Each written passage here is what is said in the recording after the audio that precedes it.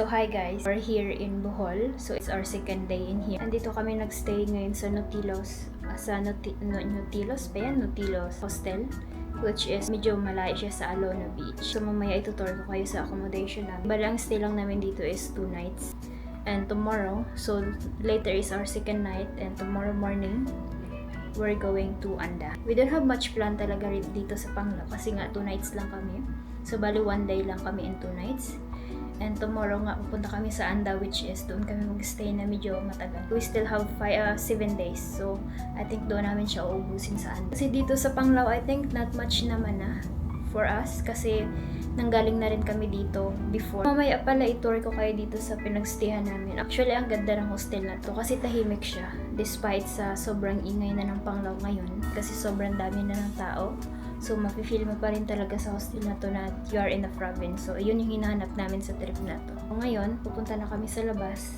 Si Dong Munin is nasa labas na. And kahapon hindi pala ako intro sa vlog na to kasi sobrang busy namin sa airport. And wala rin talaga akong time. So, anyway, let's go out. Finally. Medyo matanghali na kami nagising kanina. And ayun, meron pala silang dito, kulambo, which is ginamit namin kagabi. Kasi yung hotel natin is garden, I mean, mahalaman siya. So, prone talaga siya sa lamok. So, ginamit namin yung, kagabi. Tawag dyan, kulambo.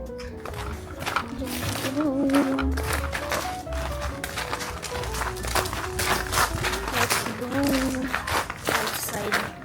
So, pupunta kami ngayon sa town. So, ito yung palasada, palabas ng hotel. Medyo siya, rough road. So, pag maulan, medyo maputik dito. So, ayun yung ating hotel. Entrance ng hotel. Oh, it's sunny! So, may celebration, may karaoke dito.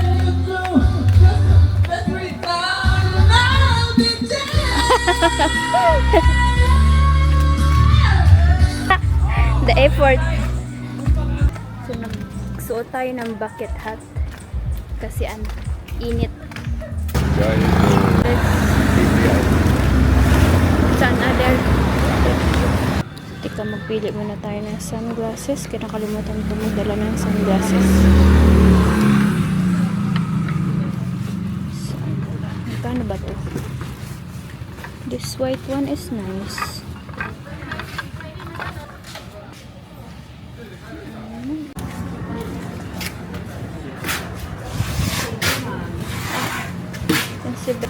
Ito yung ice cream ng Bee Farm.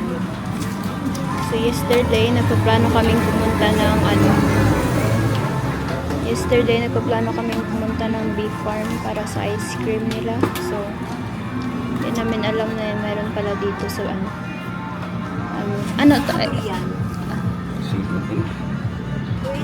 that's mine, I think. This is buko durian. Okay, that's mine. Isa buko mango? Yeah, buko mango. Buko? Buko mango. Di ba nan? Buko and durian.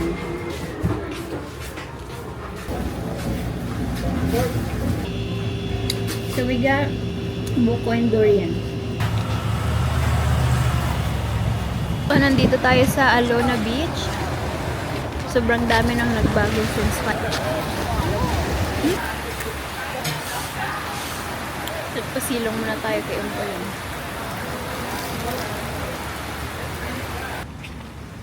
I see bungalows. They also have bungalows. Hey, what's going on in there? Oh. Huh?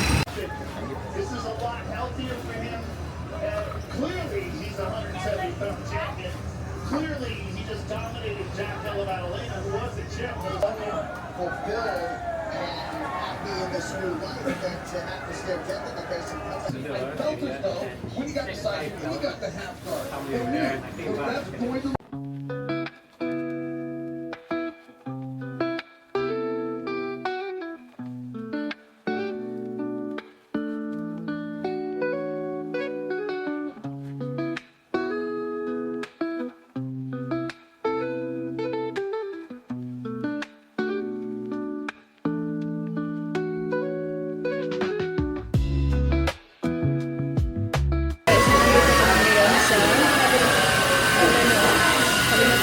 yung pangalan ng restaurant na to, but we're going to have lunch now.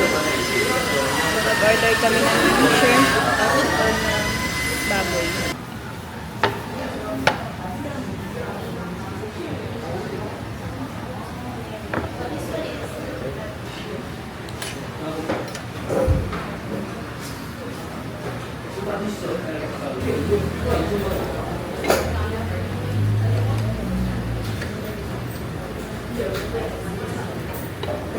Wow, spicy.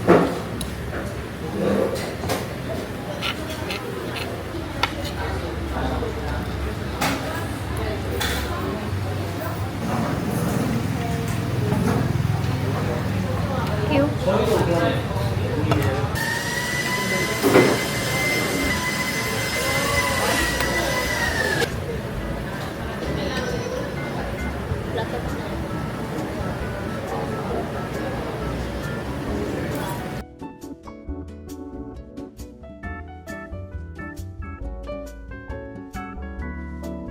Ito kami sa may seafoods restaurant. Malapit sa accommodation namin. Tang ako ang date.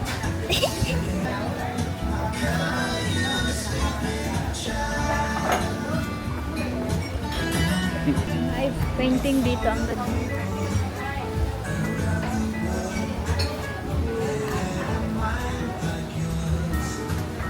Deep fried. That's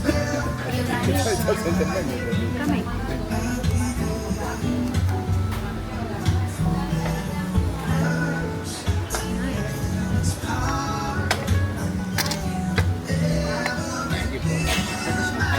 Thank you. So, nag-order kami ng squid. This stuffed squid. Inihaw na squid. 300 grams na.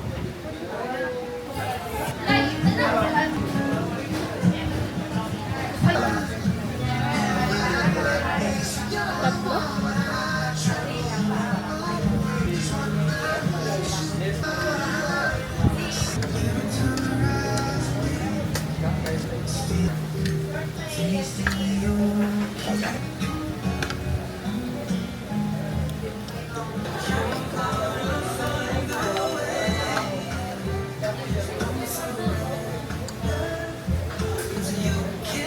So anyway, ngayon ay Monday. So magche-check out na kami dito and pupunta na kami ng Nakalimutan ko pala kayong ilibot dito sa hostel na to kahapon. But anyway, bali ito lang, ganyan lang yung room. Yan yung CR. And may mga cabinet dito. Fridge din pala sila dito. Ayan o. Small fridge, table, magkabilaan. So, hindi na maayos yung bed kasi nga kagigising lang namin. And ito yung aking mga gamit. And ito ilalagay ko pa to sa bag ko. Hindi ko alam kung magkasya pa to. Pero sana magkasya pa kasi may nadagdag sa gamit ko kahapon. And ito pala yung labas niya. So, medyo mag-garden yung kanyang hostel. Meron din pala silang dorm dito which is doon sa gilid. And yun yung kanilang reception doon sa kubo na yan. Yan ang kanilang reception. So, bali 2 nights nga lang kami nagstay dito. Kahapon, tsaka kagabi. Check out kami ngayon. Nag-aantay lang kami ng service namin papunta sa Tagbilaran, which is yung terminal. And then from there, from Tagbilaran, pupunta kami ng Anda. I think nandiyan na sa gate yung kuya na mag-pick up sa amin papunta sa Tagbilaran.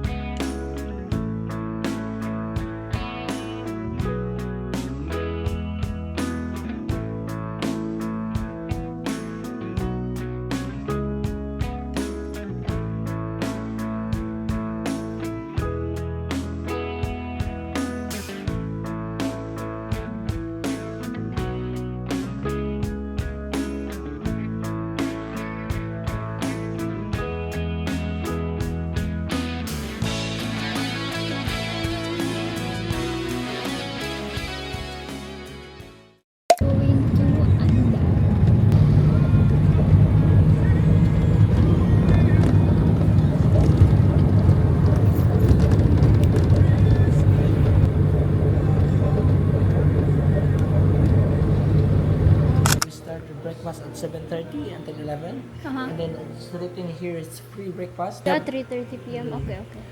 We have our own coffee there, brewed coffee, instant, and then espresso. If you want to request, you can request to the bar. Okay. And then there's a prices above of the machine. Alright, that's the wall. So that's swimmable then? Very nice. There's a lot of photos there. And then what we need to swim a little bit far.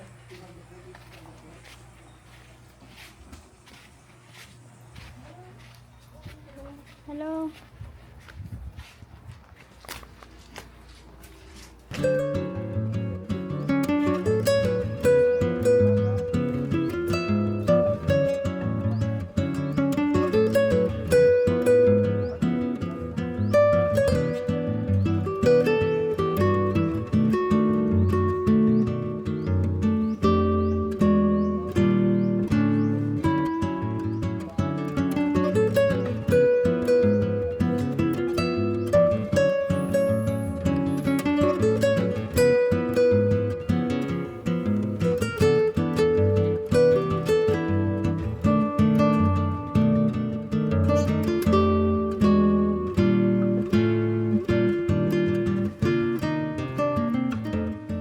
So hi guys, tonight this is our second night na. So actually di ako masyado nakapag video kahapon kasi talagang in-enjoy ko muna yung dinat na namin dito kasi sobrang ganda. Last night we had the opportunity as well to interact with the other guests. Ngayon nakaupo ako dito sa balkonahin ng accommodation namin and tingnan nyo naman kung ano yung nasa harap ko. So ayan yung view ko ngayon. Diba ang ganda niya? So bali na sa second floor itong nakuha naming accommodation. Malaki siya. And behind that, merong another accommodation which is dorm. And then may tao rin ata. Pero okay lang naman. If you plan to go to Anda Bohol, I recommend you to stay here sa One Piece. Sobrang sulit talaga. Yung stay namin is meron ng kasamang free breakfast.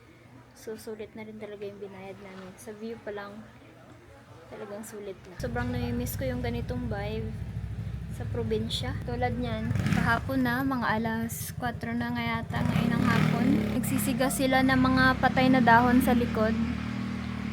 Yan, kung nakikita niyo yung usok na yan. Ganito yung ma-excel na sa amin sa probinsya pagka ganito mga oras. So, yun yung sobrang nami-miss ko na wala sa Manila.